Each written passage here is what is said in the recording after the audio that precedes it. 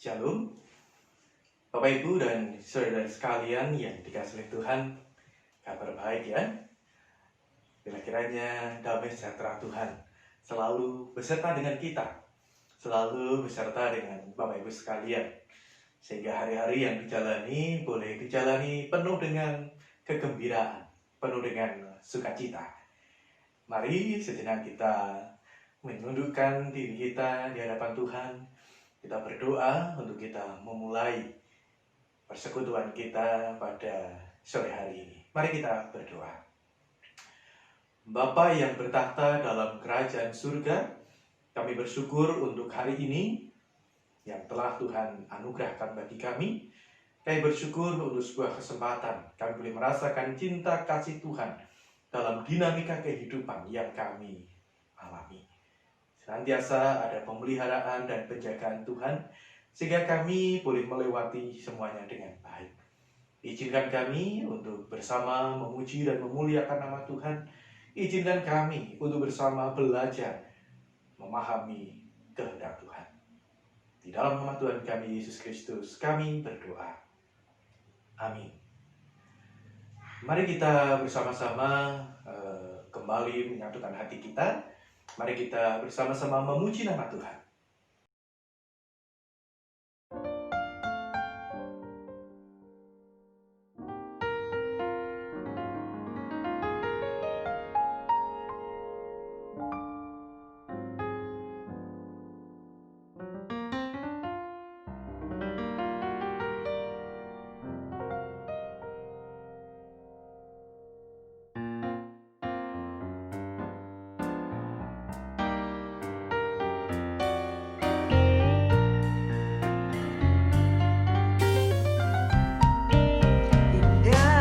Rencanamu Tuhan di dalam hidupku, walau ku tak tahu dan ku tak mengerti semua jalanmu. Dulu ku tak tahu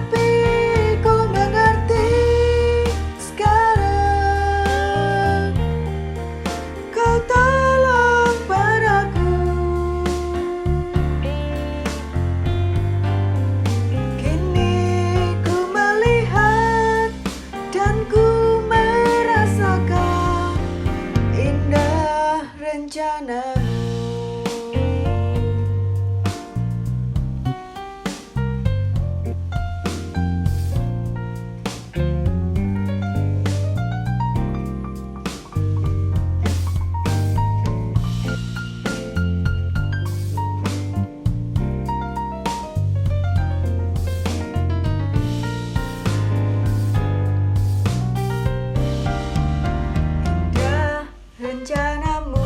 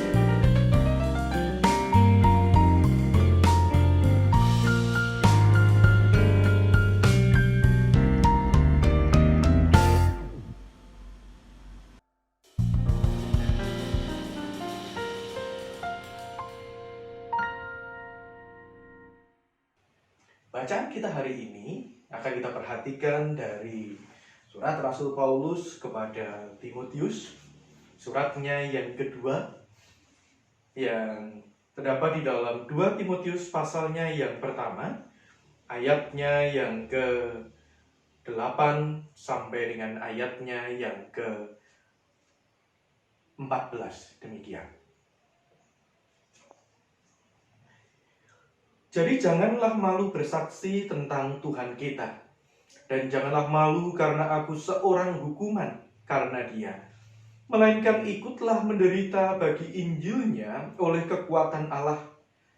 Dialah yang menyelamatkan kita dan memanggil kita dengan panggilan kudus, bukan berdasarkan perbuatan kita, melainkan berdasarkan maksud dan kasih karunia-Nya sendiri, yang telah dikaruniakan kepada kita dalam Kristus Yesus sebelum permulaan zaman, dan yang sekarang dinyatakan oleh kedatangan Juru Selamat kita Yesus Kristus, yang oleh Injil telah mematahkan kuasa maut dan mendatangkan hidup yang tidak dapat binasa. Untuk Injil inilah aku telah ditetapkan sebagai pemberita, sebagai rasul, dan sebagai guru. Itulah sebabnya aku menderita semuanya ini, tetapi aku tidak malu, karena aku tahu kepada siapa aku percaya, dan aku yakin bahwa Dia berkuasa memelihara apa yang telah dipercayakannya kepadaku hingga pada hari Tuhan. Peganglah segala sesuatu yang telah engkau dengar daripadaku sebagai contoh ajaran yang sehat, dan lakukanlah itu dalam iman dan kasih dalam Kristus Yesus. Peliharalah harta yang indah yang telah dipercayakannya kepada kita oleh Roh Kudus yang diam di dalam kita. Demikian bunyi firman Tuhan. Yang berbahagia adalah setiap kita yang bisa memahami dan memeliharanya dalam kehidupan kita hari lepas hari. Bapak, Ibu, dan saudara-saudara sekalian yang dikasihi Tuhan, seorang yang sudah cukup lanjut usia kepada cucunya mengatakan, "Le, dadi wong iku ojo isinan, tapi yo ojo ngisin-ngisini." Ungkapan yang kalau kita terjemahkan di dalam bahasa Indonesia akan mengatakan, jadi orang itu jangan pemalu, menjadi pribadi yang kurang percaya diri, menjadi pribadi yang tidak siap untuk memiliki sebuah keberanian yang lebih, sehingga dia bisa melakukan sesuatu dengan baik. Pemalu. Seringkali dia memiliki sebuah kecenderungan untuk menghindar. Dan itu artinya dia tidak akan pernah bisa berbuat apa-apa. Tetapi kemudian yang kedua, ojo ngisin-ngisini. Jadi orang itu jangan kemudian terlalu percaya diri, lalu dengan kecerobohannya, atau bahkan mungkin dengan kesengajaannya, melakukan sesuatu tanpa memperhatikan etika yang ada, tanpa memperhatikan norma-norma yang ada, sehingga ia bertindak dengan tidak bijaksana, dan akhirnya mempermalukan dirinya sendiri, juga mempermalukan mungkin sahabatnya, mungkin keluarganya, atau juga relasi yang sempat terhubung dengannya. Bapak, Ibu, dan saudara sekalian yang dikasihi oleh Tuhan, Rasul Paulus sadar. Dia melihat ada satu pergumulan yang tidak mudah, ada satu beban yang sangat melekat di dalam pribadi Timotius.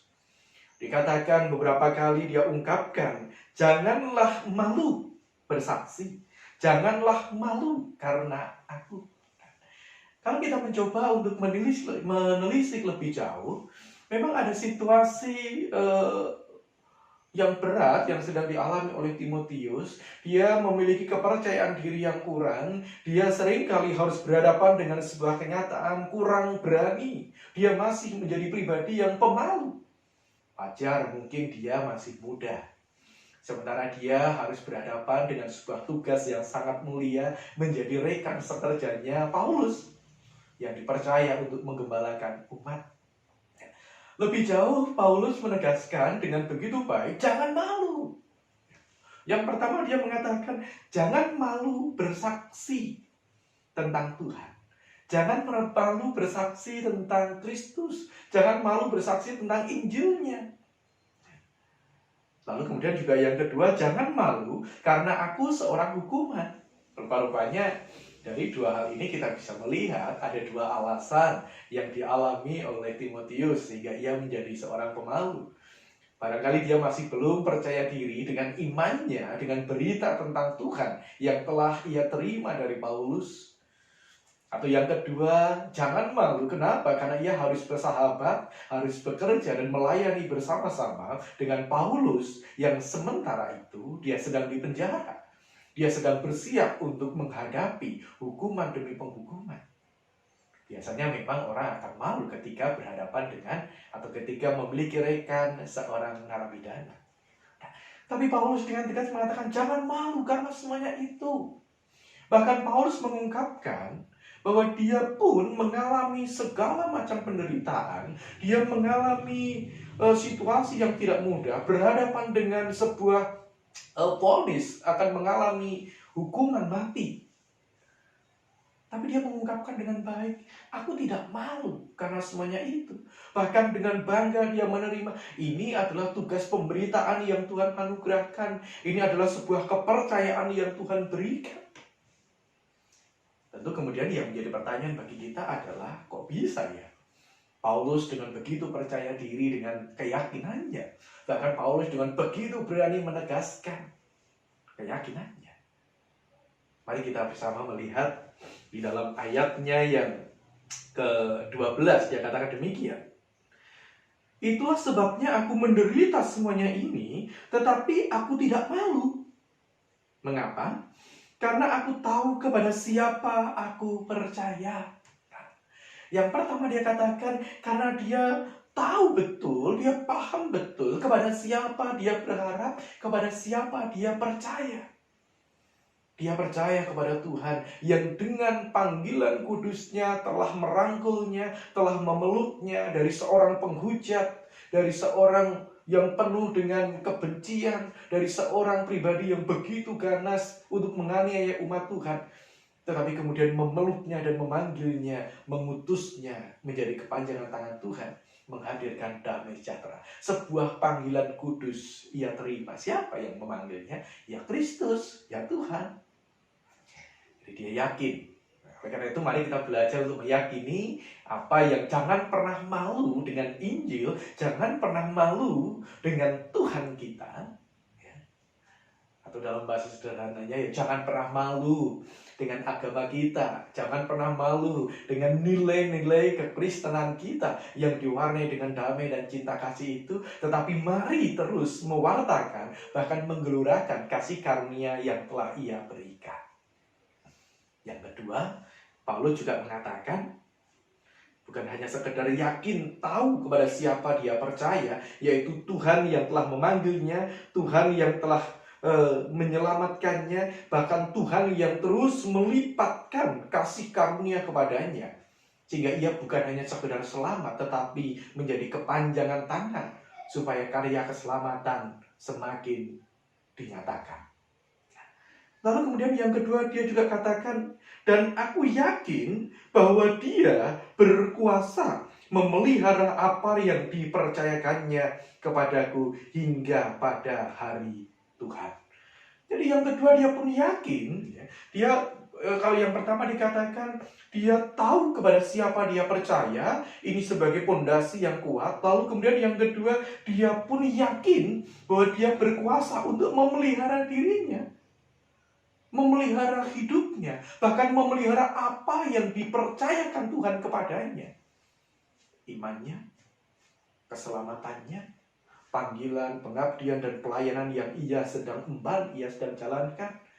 Ia yakin bahwa Tuhan berkuasa untuk menjaga dan memelihara seluruh kehidupannya. Ini kan satu hal yang luar biasa. Paulus sedang dipenjara, Paulus sedang bersiap untuk menghadapi kematian atau hukuman mati oleh karena keyakinan imannya itu. Tetapi dia masih mengatakan, Tuhan sanggup memelihara jiwanya. Tuhan sanggup memelihara apa yang Tuhan percayakan kepadanya. Sungguh luar biasa. Oleh karena itu Bapak Ibu dan saudara sekalian yang terkasih di dalam Tuhan, mari kita belajar untuk terus memegang teguh keyakinan kita kepada Tuhan.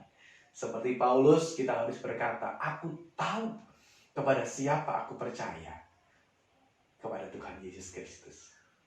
Dan aku yakin bahwa Dia terlebih sanggup untuk menjaga dan memelihara saya. Bahkan dalam situasi dan keadaan yang berat sekalipun, dalam penderitaan dan kepedihan yang sedang menyayat hati kita sekalipun, keyakinan kita tidak pernah keliru. Iman kita tidak pernah keliru. Dia akan menjaga dan memelihara kita sampai hari Tuhan datang. Oleh karena itu, kemudian Rasul Paulus ingatkan, dengan keyakinan dan keberanian yang baru, keluar dari ketidakberanian atau keluar dari kungkungan rasa malu tadi, menjadi sebuah pribadi yang baru dengan iman dan harapan yang baru tadi, yakin kepada Tuhan ia percaya, yakin ia mampu memelihara apa yang dipercayakannya. Oleh karena itu, dia katakan ayat 13, peganglah segala sesuatu yang telah engkau dengar daripadaku. Pegang teguh, jaga dengan teguh apa yang telah Tuhan ajarkan, apa yang telah Tuhan perintahkan.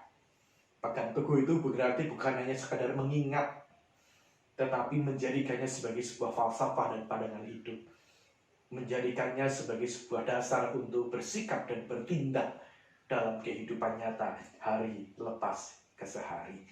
Terus kemudian yang kedua, peliharalah harta yang indah yang telah dipercayakan kepadamu oleh Roh Kudus yang diam di dalam hati kita.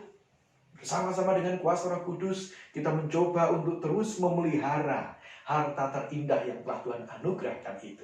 Keyakinan yang telah Tuhan anugerahkan itu. Oleh itu, Bapak Ibu dan saudara sekalian yang terkasih dalam Tuhan, mari kita dengan lebih berani menjalani dan menapaki hari-hari kita ke depan. Keyakinan kita kepadanya tidak akan pernah salah. Dan oleh karena itu, mari bersama-sama kita tetap memegang teguh keyakinan kita bahwa Dia akan tetap menjaga keselamatan kita. Dia tetap akan menjaga